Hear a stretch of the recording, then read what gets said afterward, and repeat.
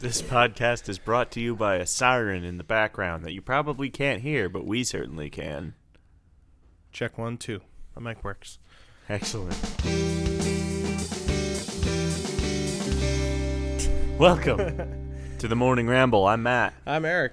We have had a little bit of time off unintentionally, but we're back. I'm in the Matrix. We're at it again. Eric broke his glasses, so he's wearing sunglasses now for some reason. Why not? Are they prescription? They are prescription. Oh, okay. That makes sense. My wife then. is an optician. Optometrician. No, an Optician. Optician. She sells glasses. All right.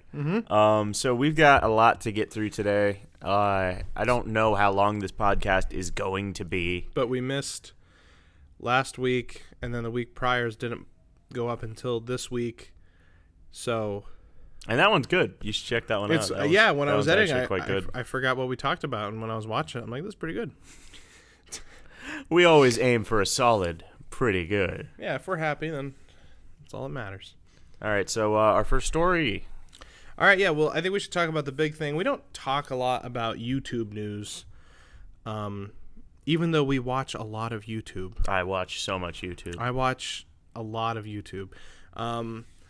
But I mean, mostly podcasts, but there are quite a few personalities, I guess you could say, that I watch. But there was a big thing with one of the channels that I watch that we've mentioned before, Steven Crowder.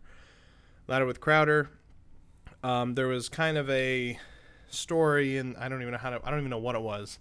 But basically, there was some heat between him and one of the Vox online personalities. He's a journalist, I guess, Carlos Maza. So a little bit of background real quick, because you don't watch Crowder's videos, right? Do you watch Vox? No, I watch neither. Neither, but you paid attention to the story. Yes, I did. Okay. It was very loud because everyone was talking about it. Everybody was talking about it. I'm going to take off the sunglasses. Okay. But you look so cool. I feel silly. Okay. I can't see anything. I feel like that would be like a really bad conservative podcast where we just both wear sunglasses. Okay, so real quick. So Steven Crowder has Louder with Crowder Mug Club. He's part of Blaze TV. A lot of his videos don't get monetized. They don't make a lot of money just because of what he talks about. But basically, every once in a while, he will do a rebuttal of Vox's series called Strike Through. I guess it's called. I didn't even know it was called that, and I've seen his videos. Where basically Vox does it's kind of like a mini John Oliver segment, I guess you could say, like a mini deep dive. Yeah, they're like anywhere from like 5 to 8 minutes. Some of them I find pretty informative. I don't agree with almost all of them, obviously. So why obviously? Because Vox is very they're Democrats. It's biased, and anyone who says that Vox isn't biased is insane. I can't even find one news outlet that's not biased anymore, even online ones, it seems. There are very few that are in the middle. There is a diagram online of the leanings of a lot of news sources. I don't remember. I'll try to find that to you and send it to you. But it's very informative. Yeah. And you do actually seek news from both sides. Yes. And I don't. Yeah, and there's so much information to unpack, so I'm just going to try to do some of the main points. But that's actually something that Crowder does, too, because he watches a lot of Vox and Young Turks, and those are a lot of the left. I'm going to say left and right. I know we don't like those terms, but a lot of the left-leaning online shows. Obviously, Crowder is a conservative host. But anyway, so he does rebuttals. And while he does these rebuttals, he's done probably about a half a dozen, if not more, throughout the years. He makes fun of Carlos Maza. Carlos Maza is a gay man. Yes. He does not hide it. It is on his sleeve. He's not like Dave Rubin. I think that was one of the... Dave, you know who Dave Rubin is, right? I have no idea. Oh, well, Dave Rubin is also a YouTuber. He is a liberal, but he is very, he just talks to everyone. Actually, I would consider him non-biased because he just has discussions with people. But anyway, sort of like a Joe Rogan. Yes, but the reason why I compared him is because Dave Rubin is a married gay man, and there is no way you would ever be able to tell that about him unless he said it. So the reason why I'm saying that is because Carlos Maza is very feminine. He talks lispy. His Twitter handle, I think, is Gay Wonk. So as you can tell, it's out in the open. So Crowder does poke fun at it. He used terms like "let's be queer," I think. There's so many more. If you go, I'll actually even put the link button down below. Carlos Maza has been talking about this for the last like 2 weeks now. He actually made a montage video of all the times Crowder made fun of him, pretty much. It's like just all in a row, like so. Yeah, so that was happening. Carlos Maza was trying to get Crowder's videos, basically YouTube he said that he was trying to flag Crowder's videos. YouTube came back, again, this is a long story, but YouTube came back and said that Crowder actually didn't break any of their guidelines, and Maza said that's BS because he used harassing terms or whatever towards me, and then YouTube came back and said, yes, but the thing is that he was if you actually watch one of the videos, that's not the focus. And I think that was where the confusion was getting, if people actually didn't watch the videos, is that Crowder's videos was rebutting his viewpoint, not making fun of his sexuality. He was doing that throughout the process. So that's where we are. YouTube then came back and said, okay, we're just going to demonetize his whole channel. So Crowder does not make any money off YouTube now. He barely made any in the first place. But now he primarily makes money off of selling merchandise, and he is part of Blaze TV yearly subscription and Mug Club. So that's where we are. Matt, thoughts? I mean, what do you think about you? Well, let's talk about the main issue is YouTube, because Carlos Maza actually came out and said, I'm not mad at Crowder, even though I think he is. I'm mad at YouTube because they allow this type of thing to go on. What do you think of that viewpoint? Do you think you might not like what Crowder said, but do you think he should be able to have monetized videos and the right to say it, or do you think it's something that normally if somebody walked up to one of my gay friends, of which I have many, and called them a lispy queer, I would not be cool with that. That's not cool. Yeah. So do I think that insulting people on a YouTube platform where there's a bunch of, like, Crowder knows some of his fan base, and I'm not saying this is the way it is for a lot of Crowder's fan base, and it's the same with the Vox thing. I saw a lot of toxicity there too. Oh yeah, Vox is not innocent in this. Yeah, Vox has called out. Literally, Carlos Maza on his description in his bio on Twitter says Tucker Carlson is a white supremacist. That's not okay. I don't care if you don't like his viewpoints, because people you can endanger people. Like a lot of people say call violence out to people who are white supremacists. Yeah, but then it's like Maza also got doxxed a couple times, and when you use this deprecating language, and you know that you have a bunch of toxic assholes in your crowd, you do give them fuel. That is sort of how it works. And Philip DeFranco, years ago, I know we gotta bring back to Phil a lot on this show. We both watch Phil, so we both watch show. We both like Phil. We both like Phil. Although we don't agree with every view he has. No. And we disagree on different views that he has, generally. But back when he started, he did a lot of that. Yeah, he was a douchebag. Yeah. He would call people out, but he's basically stopped doing that. Literally, the only people he calls out anymore are garbage human beings. Yes, yeah, he does have that douchebag of the day, I think it is. That segment. Yeah, he'll he do still that. He uses that for people who Yeah, when they're really really bad, then he'll do that. But he used to do some bad, say some bad shit back in the day. But maybe it is time that some people start going away from this. Now, do I think that YouTube should crack down on this? It's in their terms. It's their call. So they're a company, and the terms are vague. They are vague. So I think that's the problem. And that is on purpose. They do that on purpose so that they can have excuses for any situation. So they can pick and choose. That's how it works, and that's how it works with a lot of companies. Yeah. When it comes to terms of service. So always read the terms of service. You're not going to read the terms of service. No, you're not. I am going to play devil's advocate just a little bit. Two main points that I want to make. One, I've seen all of Crowder's videos. I thought you called him Olive Crowder, and I was like, Crowder. What is Olive Crowder? All of Crowder's videos. Is that his actual name? No wonder he calls himself Steven. I've seen all of his Vox rebuttals. I like his Vox rebuttals because he he sources his material. He does factual rebuttals.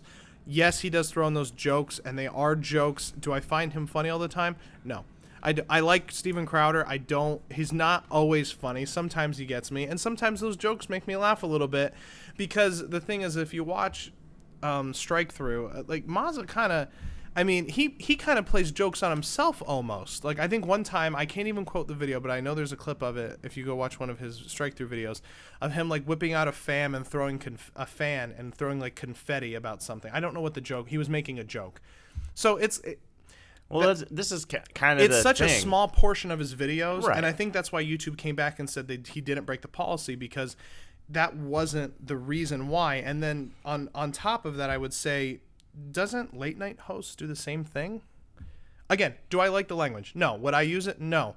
Although I'm not a comedian, but I just don't find that funny, and I would rather. Is Steven Crowder a comedian? He considers himself a comedian. What? He has done stand up. So I've only seen one stand up online. I mean, I haven't watched a lot of Steven Crowder, but everything I've watched has been just genuinely unfunny. I think a lot of people do find that, but I just think he's very. And I like some like comedians that push the line. Like, I really love Bo Burnham's stand-up. Yeah. Like, and he really pushes the line. He's got a song called "Kill Yourself." Have you ever watched Anthony Jeselnik? No, I don't think so. Oh. Okay, well, if anyone's watching this who has seen him, he has 2 specials on Netflix. Go ahead and watch it at your own risk. A lot of baby violence jokes. And I also used to love Louis C.K., but I don't know if that's okay to say anymore. He does. He's still doing stand-up now, I heard. And I actually listened to it. Yeah. So, I mean, it's still Louis C.K. Anyway, coming back, I just wanted to say, like, like Colbert and everyone, like, how they make fun of the president and a lot of political figures. That's kind of the spectrum that I see this on. If YouTube wants to demonetize Crowder's channel, fine. That's their platform. They can do what they want. But the fact that Carlos Maza, a journalist, is calling for someone's videos to be banned because he does not like what is said, it's just a little weird to me. Do you know what I mean? Like, you can dislike it all you want, but I don't know. Any kind of banned speech to me, as long as they're not calling for violence, which Crowder has never called for violence or doxing, ever, never. So that's kind of where I fall. I don't care for it, but at the same time, it's just, I don't even know why Maza even makes a big deal about it. Yeah. And there's a lot of conservatives who are saying, oh, well, Vox is funded by NBC, so it's just really large corporation media trying to target YouTube because it's a threat. And then the New York Times came out with that whole making a radical YouTuber. Did you see that? I did see that. So, and some people were kind of drawing the lines of conspiracy. But who really listens to the New York Times anyway? They're failing, right? Yeah, right. Well, anyway, I think that's all we're going to talk about with that. But it definitely was interesting when it was going down. Just going on Twitter, people are probably still tweeting about it. I mean, this is sort of the thing, and like, I'm not fully agreeing with everything Maza did or said, because I don't. Yeah. But I do kind of get it. Like, I get being outraged at stuff like that, and especially when it's like one of those things where it's just like, oh, this is over and over and over. Every time Crowder does it, every he time gets a this wall guy, of every of time comments. this guy opens his mouth about me, yeah, I get bullshit, and I'm just trying to do my job, and my job is being a liberal news. It's weird. No, I get it. Weird to me that there are these things, but then again, it's like right now in Russia, of all things, have been a lot of crackdowns over the past 2 years of fake news, but the fake news is defined by the government. So it's like, do I want journalists to have freedom of expression and to be able to say, whatever the hell they want? Sort of, but to a point. It's weird to me because I don't think we've ever been this far over the line. I think that in the past there's always been, this is true, like, let's say this is true right here in the middle, and a little to the left was the little bit of the left lean, and a little to the right was a little bit of the right lean, and that was Fox News, and that was CNN. I think now I feel like we're getting farther apart. I think that's. I kind of disagree, just because I feel like nowadays we're just able to fact check more. Like years ago, whatever the news was, like there was no way of fact checking. But this is the thing when most people fact check. Now you and I know how to. Yeah. Partially because of doing this for however long we've done it, but also partially because we've been on the internet for a long time. Yes. But especially, I hate to target a whole demographic here, but boomers. No, the older generations are very gullible. They will look up something. Yes, the first result they see is God's gospel truth. Yes. Well, and I think that was Philip DeFranco's beef with the New York Times, is because the New York Times came out with this stupid article. We won't get into it, but it was called "Making of a YouTube Radical," and they had a lot of conservative and alt-right podcasters on the page, which they shouldn't even be together. Like they had white supremacists and Nazis on with Ben Shapiro, which is a Jewish, host, and then they had DeFranco, and they weren't really talking about DeFranco. They don't mention him once, but they had him in the thumbnail, and they had him on the front page of the California paper, I think, and that was his beef. Is like people just look at the headline, they look at the photo, and they make assumptions, and you just got to be careful with the kind of stuff how you do that. You are framing it a certain way. You know what you're doing. Absolutely. And that's why we're naming this podcast Everyone's a Nazi. And our pictures aren't going to be on it, but everybody else's is.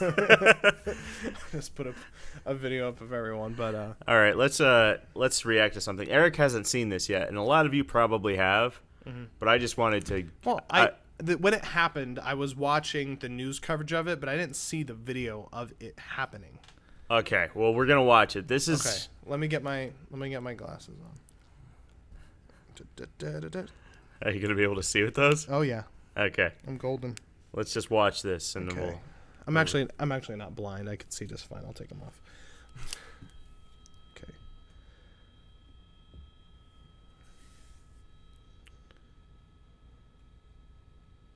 And I sure hope you're putting it over the screen right now. Oh, it will be.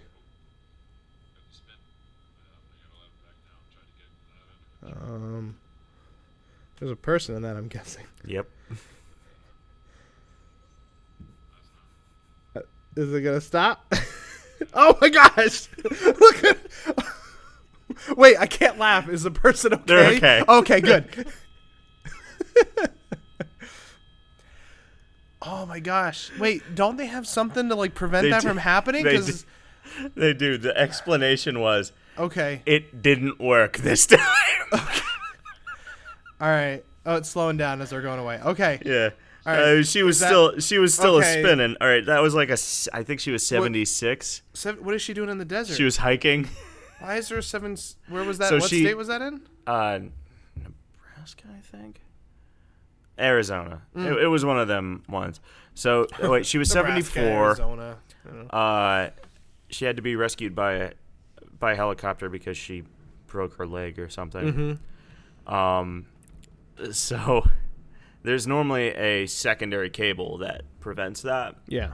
But it failed at preventing it. Okay. So apparently she just started going, and when they got her on board, she was just a little dizzy and disoriented. I thought you were gonna tell me that they hooked the rope up to the gear that spins the turbine. Sort of a dizzy, nauseous kind of thing. But she's all right. Okay. She's fine. All and right, well, my God, was that a ride of a life? Yeah, I mean, jeez, that should be a ride now. They should just make that a ride. That's insane. Broken helicopter.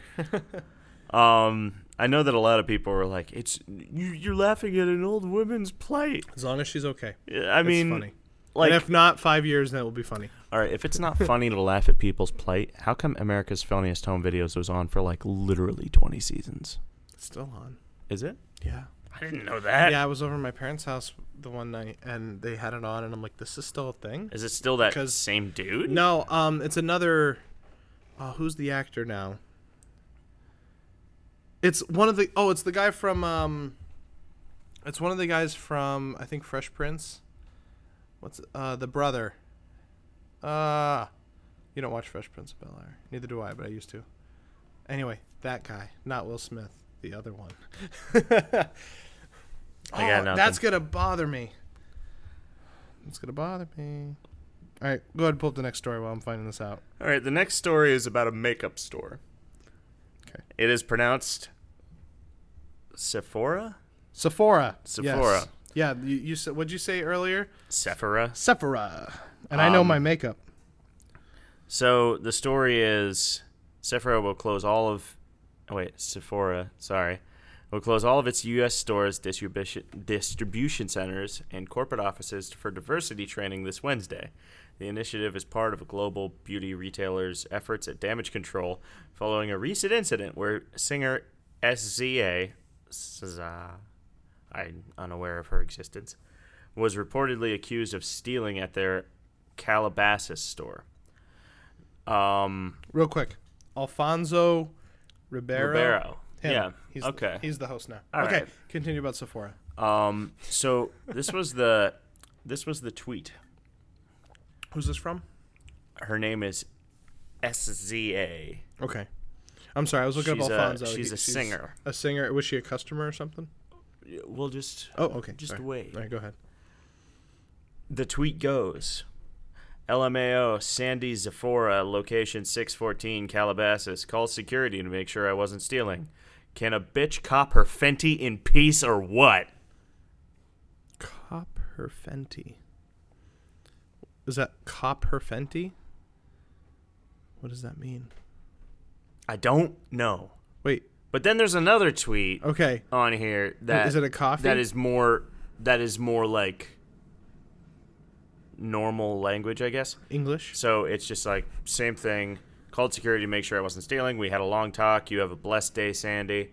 And then Sephora responded and said, "You are part of the Sephora family, and we are committed to ensuring every member of our community feels welcome and included at our stores."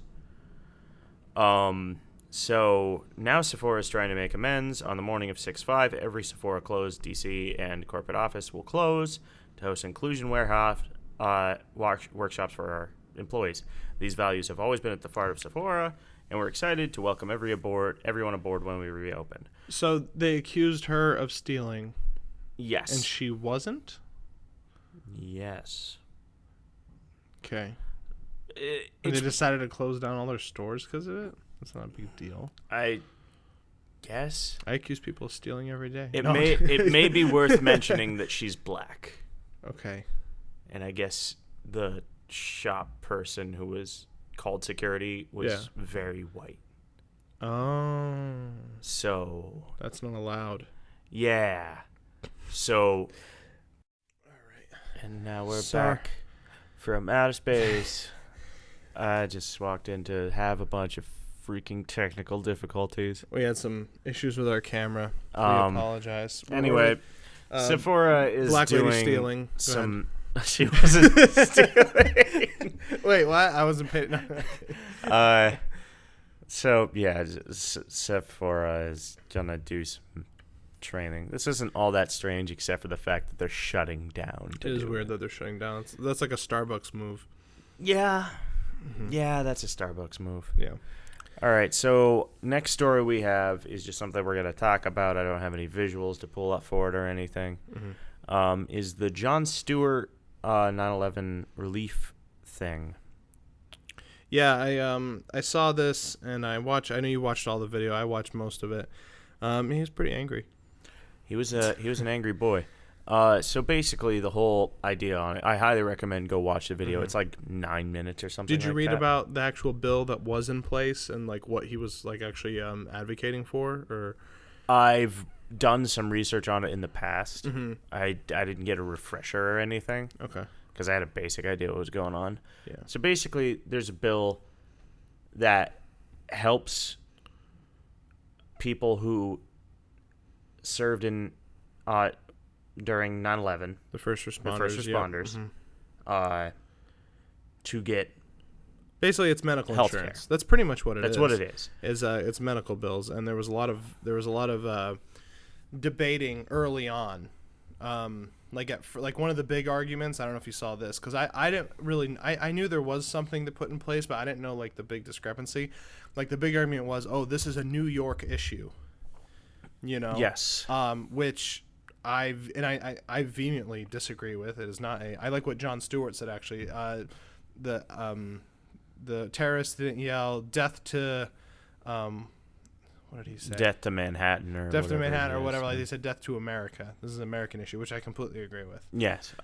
So basically, there were many health issues that came out Cancer. From people fighting the fire after 9/11 because there was a lot of chemicals involved, a whole lot of danger. I mean, there were many first responders Really, who the breathing. died. Really, the breathing. It was really a breathing thing. There was like a lot of first responders that had cancer in their lungs, like literally weeks after. Like it was almost immediate because of all that. I mean, you have to think like all that debris and chemicals burning and who knows what else. Like it was a bad scene. And I'm not a person who feels a lot. Like it's just not a thing of mine. We're but cold-blooded. Watching Jon Stewart talk about this made me feel things that I haven't felt in years because I do remember 9/11. I'm sure you do too. Yes, I do. I think everybody who was alive and could remember things at that time remembers it. Yeah. And it's just one of those things where I know that so many people care about this. Yeah. It seems like a no-brainer to me. It does because seem like a no-brainer. It's really a drop in the bucket for the federal government. It is. How much money we spend on useless things, this is something that is a necessity. Yeah, it really is. It is an American issue. Again, highly recommend you check out that video. Yeah, so yeah, he was mad. I mean, he went down. So basically, they were advocating for the bill. I guess it was running out of money by the end of 2020. So he was advocating for an extension and for pretty much the fund to be replenished. And it was a 14-person Congress committee. Yes. And I think a judiciary committee. Yes, there was only 8 Congress members present. Yeah. Which is ridiculous. His opening line was scathing on that. Yes, it was. Well, it wasn't just him. Like literally behind him was these sick first responders that came down to Washington and to talk to a room. The thing he said that there were so many more of them years ago. Yeah. And they just become less and less because they're dying. Yeah, so it's tragic and it is a damn shame that these first responders have to drag themselves down there out of their lives just to get health care. Yeah, it's especially when they were, it's definitely not a New York issue. It was a terrorist attack, and it should be just given. But anyway, the committee, I guess it was unanimously when they did show up, right? I do have an article on that. We'll put it up. Yeah. New York Post, Washington, the bill that permanently authorizes the 9/11 Victim Compensation Fund passed out of the House Judiciary Committee unanimously on Wednesday. Yeah. I guess I don't know if it says in the article, but from what I read, I guess they're taking claims until the end of 2020, so any new claims can still be filed by first responders, which I think is excellent. And then the funding will continue for another 70 years after 2020. That's acceptable. So this I think is that's perfectly pretty acceptable. Now that doesn't mean it's in effect. The committee agreed. I think it's going to the Senate. So. Yeah. Well, as long as that passes, and it should, then we should be fine. Yeah. They're personally calling for a vote before July 4th. Yeah. Dems are really pushing for it. I know Schumer was mentioning McConnell. I think McConnell was approached, and he just said he didn't get a chance to look at the bill. I think his exact words: "We have voted generously in the past for it. And I don't see why that would change now, or something like that. I think it would look really bad for him to. It would look awful. All right. Also, here's another story that I had that I didn't know I had. Okay. We might need to cut this up. I don't know how long this is going to be. They'll watch. So, Trump had a little conversation with George Stephanopoulos. I didn't know. Go ahead. The other day. I don't pay attention to when he talks to people. So, basically, he was asked by Stephanopoulos in the Oval Office on Wednesday whether his campaign would accept information on his opponents, for the political information, from foreign governments, such as China or Russia, or hand it over to the FBI. And Trump said, I think maybe you do both. Wait, so the question was if he would accept information or what he would do? Basically, it'd be what he would do for the information. Gotcha. Basically, the way he put it was a very Trump thing to say. You have to read it verbatim. No. It's not an interference. They have information. I think I'd take it. If I thought there was something wrong, I'd maybe go to the FBI. If I thought there was something wrong. But if somebody comes up with the Oppo research, they come up with the Oppo research. It's just like, come on, dude. Come on, man. That's collusion. That's what it is. You can't just say you do it. In his defense, hold on.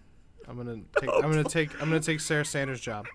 In his defense, which is our next story, I don't think Trump would know what to do with the information of anyone. He'd put it on Twitter. That's fine. That's all fine. He would do. Public discourse. It's a healthy. This comes straight from Putin's desk. I don't even know what information you would have on anyone. I mean, Biden's been in the political eye for 30 plus years. I don't know how old that guy is. I mean, there's gonna be some stuff on that, and we'll have a conversation about Biden within the next. We need to have just a discussion about Biden's what he's done so far in the trail. So it's great. Yeah.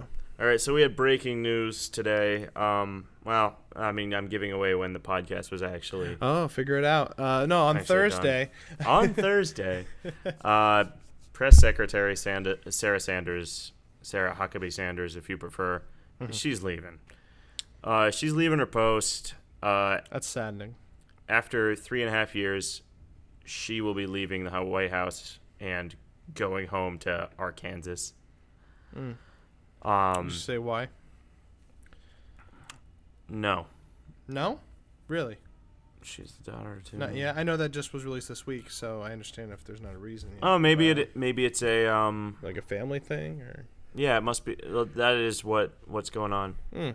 I mean, it's got to be a time-consuming job. I mean, that's got to be. I always say that when most kids are 6 or 7 or 8 years jumping rope, she was sitting at the kitchen table listening to political commentators. So apparently she's been way involved in politics for a very long time. So, I mean, this is kind of a surprise for me. I'm very surprised because she was easily the best candidate for that job that he's had. Like I said, I'm just equally as sad as this as when Nikki Haley stepped down as U.S. ambassador. Because I say what you want, Nikki Haley was a great U.S. ambassador, but she was only there for like 2 years, I think. So I don't know. Yeah, I mean, this is the stem of people jumping ship from Trump's cabinet has greatly slowed down. It has slowed down a lot. I mean, those first 2 years were. It was just a revolving door. It was a revolving door, people in and out. Which, I mean, was it poor selection or was it just so stressful that they couldn't handle it? I mean, I don't know. Trump, I think that would make it poor selection. Yeah, probably. Like either way. But she was definitely the best selection he's ever had for any position. Yeah, in his cabinet. She was damn good at and I'm not saying that she's a genius who always got everything right. I'm not saying that. She did a very good job being a press secretary for Donald Trump. Yeah. Do I think she would be the best for everyone? No. I think she'd do a good job. I think she's well spoken, well informative. I think she's. I mean, whenever people would ask her about the crazy stuff Trump has said, she was great at just knocking Listen, Sarah, come on to the podcast.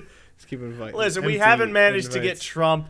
We haven't even managed to get Buttigieg. We'll get him to call in. Come on. Oh, also, here's another story. Jeez. We've been away for a while. I know, there's so much. Some early polls I saw the polls have come out, and apparently these were sourced from Trump's camp. Okay. But he is claiming that they're fake polls that were leaked. I don't know why he has fake polls sitting around, but whatever. So right now they have projected, and this is going off the top of my head, so I might have the numbers slightly off. Yeah. Biden beating Trump if he got the thing by 11 points. I think it was almost everyone would be beating Trump except for like a handful. Bernie 9. Bernie was 9. Warren was 8. And then even Buttigieg and Beto were like 5. I really hope. But I really don't like. I want to make it perfectly clear here. Yeah. If right now the election were to happen, I don't think it'd be that close. I really don't. I really hope we get away from the polls because of last election. Me too. It was so awful. And the thing is, the polls play a big part in how people vote. Mm-hmm.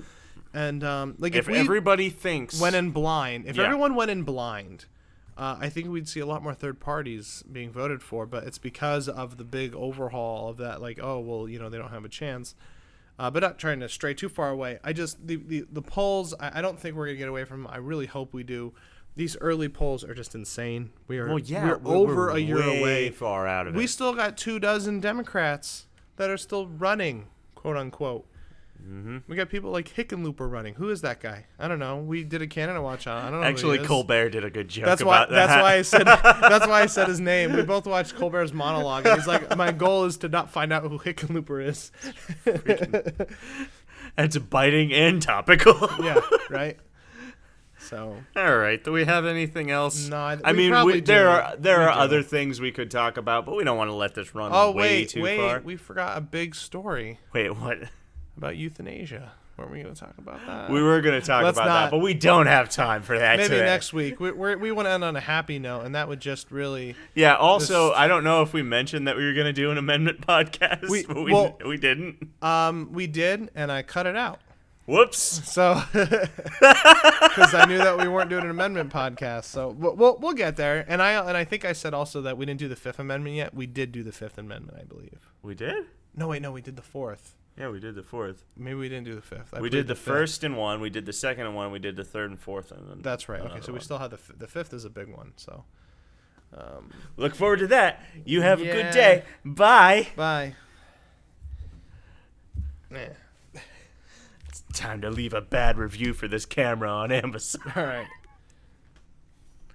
Dear Amazon, this camera sucks.